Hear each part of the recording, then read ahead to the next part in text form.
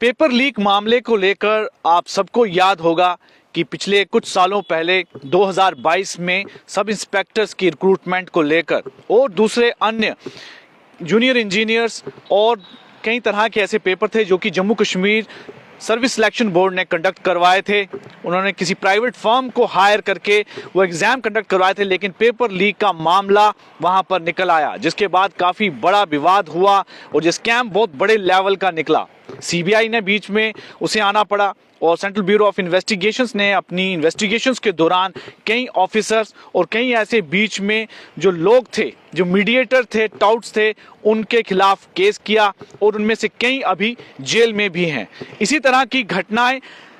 जम्मू कश्मीर के अलावा दूसरे राज्यों में भी सुनने को आती हैं और वहां पर हुई भी हैं, जिसमें हिमाचल प्रदेश और राजस्थान जैसी राज्यों में भी काफ़ी बड़े पैमाने पर वहां पेपर लीक का मामला भी निकला। अब इस सब को लेकर DOPT, department of personal and trainings, एक स्ट्रिंजेंट बिल जो है वो आज पेश करने जा रहा है पार्लियामेंट में, जिसमें सजा और साथ में फाइन जो है उसका प्रोविजन रखा गया है, ताकि एक सख्त कार्रवाई जो है वो प्राइवेट एजेंसी के खिलाफ हो, जिस एजेंसी को ये काम दिया जाता है, जो प्राइवेट जो रिक्रूटमेंट एजेंसी होती है पूरा एग्जाम कंडक्ट करवाने के लिए, जिसे सारा काम दिया गया था। लेकिन घटनाएं काफी बढ़ी। उसके बाद आज जो बिल पेश किया जाने वाला है, इस बिल में किस तरह के प्रावधान रखे गए हैं, क्या प्रपोज किया गया है, उसके बारे में हम आपको जानकारी देंगे। इस बिल में जो डीओपीटी के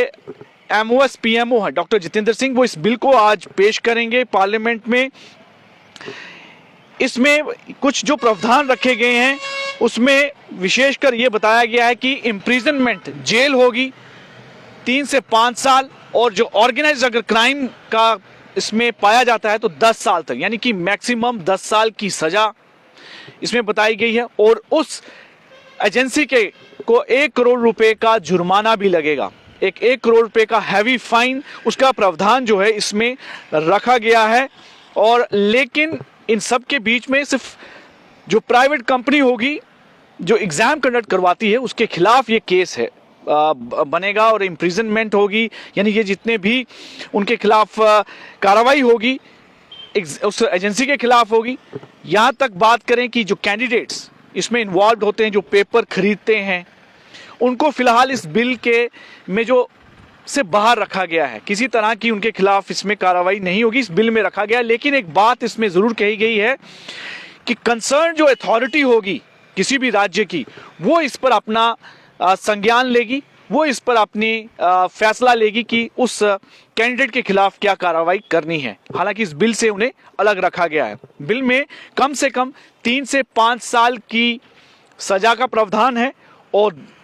कुछ विशेष जो ऑर्गेनाइज क्राइम को लेकर 10 साल की सजा का प्रावधान है और 1 करोड़ रुपया जुर्माना होगा।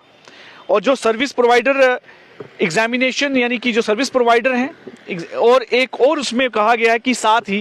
पूरे एग्जामिनेशन को करवाने में जो खर्च आता है उसे भी उस कंपनी को भरना पड़ेगा,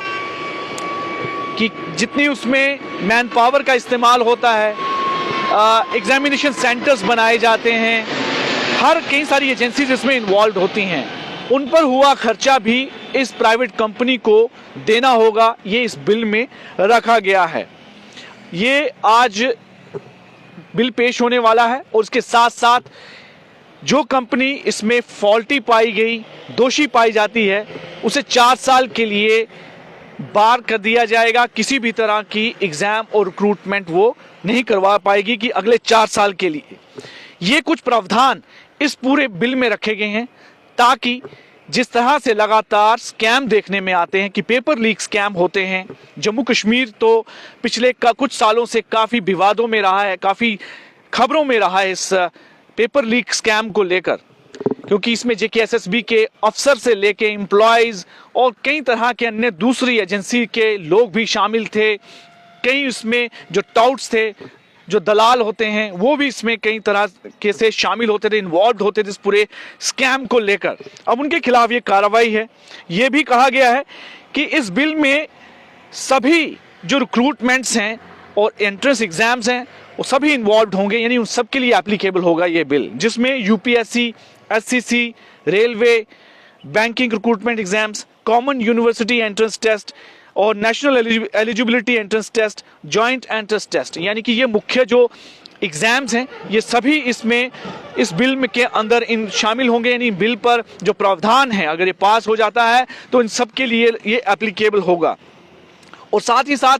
जो कंप्यूटर बेस्ड एग्जाम्स होते हैं जो कि एनटीए लेता है, नेशनल टेस्टिंग एजेंसी लेती है, वो भी इस दायरे के अंदर, इस परव्यू के अंदर आएगा, ये भी इसमें बताया गया है। और जहां तक बात करें कैंडिडेट की, जैसे हम बता चुके हैं पहले कि कैंडिडेट को फिलहाल इस बिल में किसी तरह के भी उसके ऊपर कार्रवाई के लिए फिलहाल बाहर रखा गया है, लेकिन जो कंसर्न रिक्रूटिंग एजेंसी होगी वो इस पर अपना फैसला देगी, अपने जो रूल्स हैं उनके उसके तहत वो उन कैंडिडेट्स के बाद